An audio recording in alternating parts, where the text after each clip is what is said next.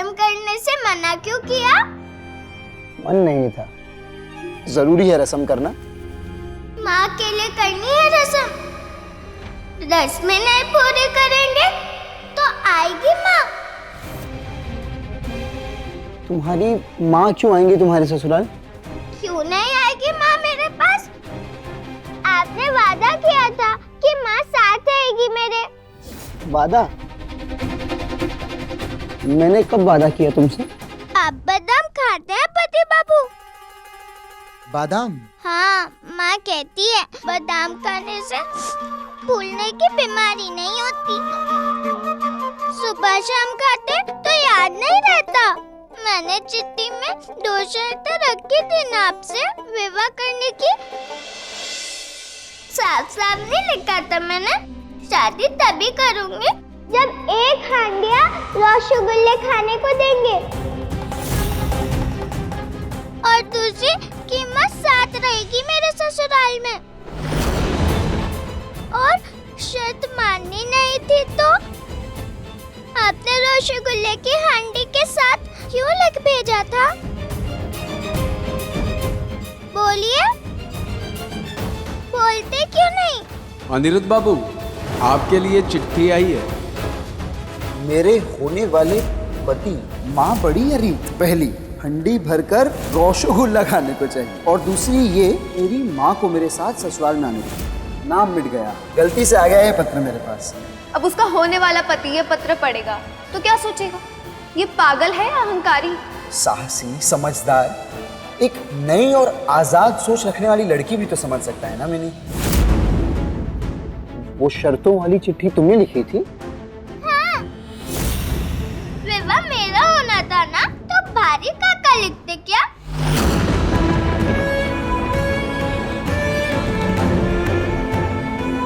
तुम यहीं रुकना, मैं अभी आया। खाना लेने जा रहे तो रस्म किए बिना नहीं खाऊंगी मैं। ये चिट्ठी तुमने लिखी थी? इसमें मेरी शर्तें लिखी है। तो मैंने ही लिखी थी आपको पति बाबू, और आपने भी तो शर्त मानी थी ना, और आपने लिखकर भी भेजा था ना। मामा ने पढ़ा भी था, वरना क्या मैं मानती आपसे विवाह करने के लिए?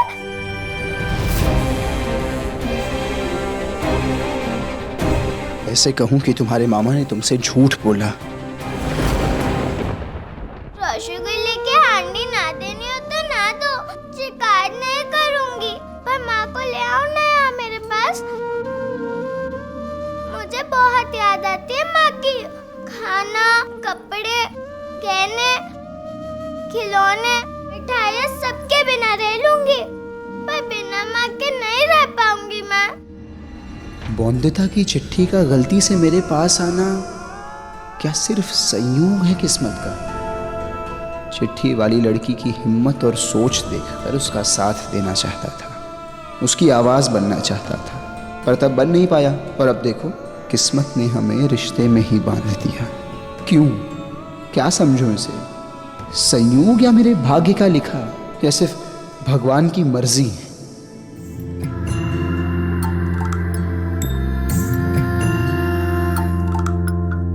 हंडिया से रसगुल्ले खाए, पेड़ों पे मिली चखी, एक पत्र में विवाह की 2 शर्तें लिखी, तय कर लिया ये माँ बिना डोली न चढ़ूंगी, लड़ना पड़ा तो दुनिया से लड़ जाऊंगी, साथ देगा वो अगर हो हौसला मेरा, रिश्ता तेरा मेरा, रिश्ता तेरा मेरा।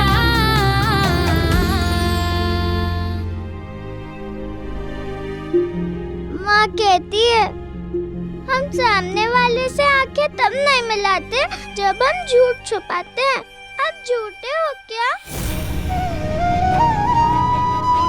वादा करना जानते हो, निभाना नहीं आता पति बाबू। अगर यहाँ किसी को इस बच्ची की चिंता नहीं तो मैं संभालूंगा इसे। वादा किया है तो निभाऊंगा। ऐसा है तो कीजिए रस्म पूरी और ले आइए मेरी माँ को मेरे पास।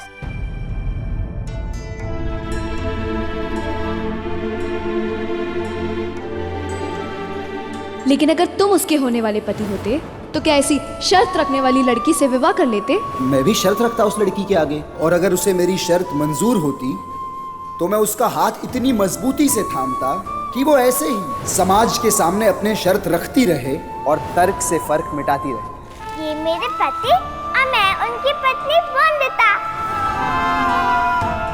बोलिए ना। जब भी औरतों की बात आएगी, ये देश पुरानी पिछड़ी सोच वाला था और ऐसे ही रहेगा। जिस देश से तुम आए हो वहाँ आए दिन औरतों के साथ सिर्फ जबरदस्ती ही होती है। करेंगे ना अपना वादा पूरा या झूठे ही बनेंगे? साग में चलोगे तुम और जलेगा तुम्हारा ये गठबंधन जो तुमने बनाया उस लड़की के साथ। मुझे चुनौती मंजूर है बाबा। बोलते क्यों नहीं है पति बाबू?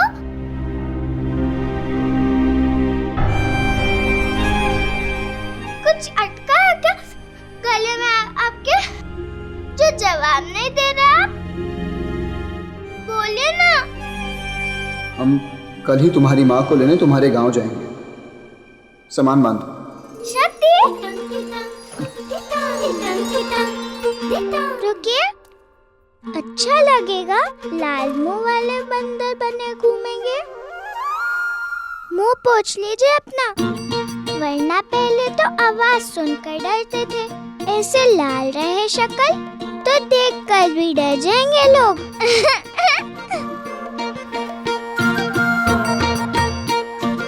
रुकिए। अब क्या हुआ? आपसे कुछ कह सकती हूँ? क्या? डांटेंगे तो नहीं? हमेशा डांटता रहता हूँ क्या मैं? देखो अभी डांटा। क्या कहना है बोलो। नहीं डांटूंगा। धन्यवाद, जो वादा किया था वो पूरा किया आपने। मैं बताऊंगी माँ को, बहुत अच्छे हैं आप पति बाबू। रुको। मैंने भी कोई वादा किया है जिसके लिए आप धन्यवाद कहें मुझे? धन्यवाद कहूंगा अगर तुम मेरी एक बात मानोगी तो। आपकी नहीं तो किसकी बात मानूंगी? तो आज से मुझे पति बाबू मत बुलाना। तो फिर क्या बुलाऊं? वही जो सब बुलाते हैं। तुम मुझे बुला सकती हो। बरिस्टर बाबू के कमरे में उनकी किताबें रख दो। बोलो। रेस टर रेस टर। अब मिलाकर बोलो। बैरिस्टर बाबू। ठीक? खूब भालो। अब जल्दी से अपना सामान बांध लो, माँ से मिलने नहीं जाना।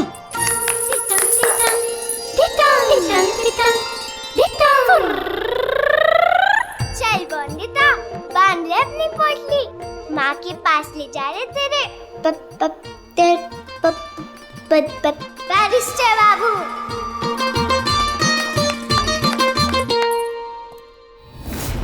बाजार में इज्जत उछलने की कैसी खुशी।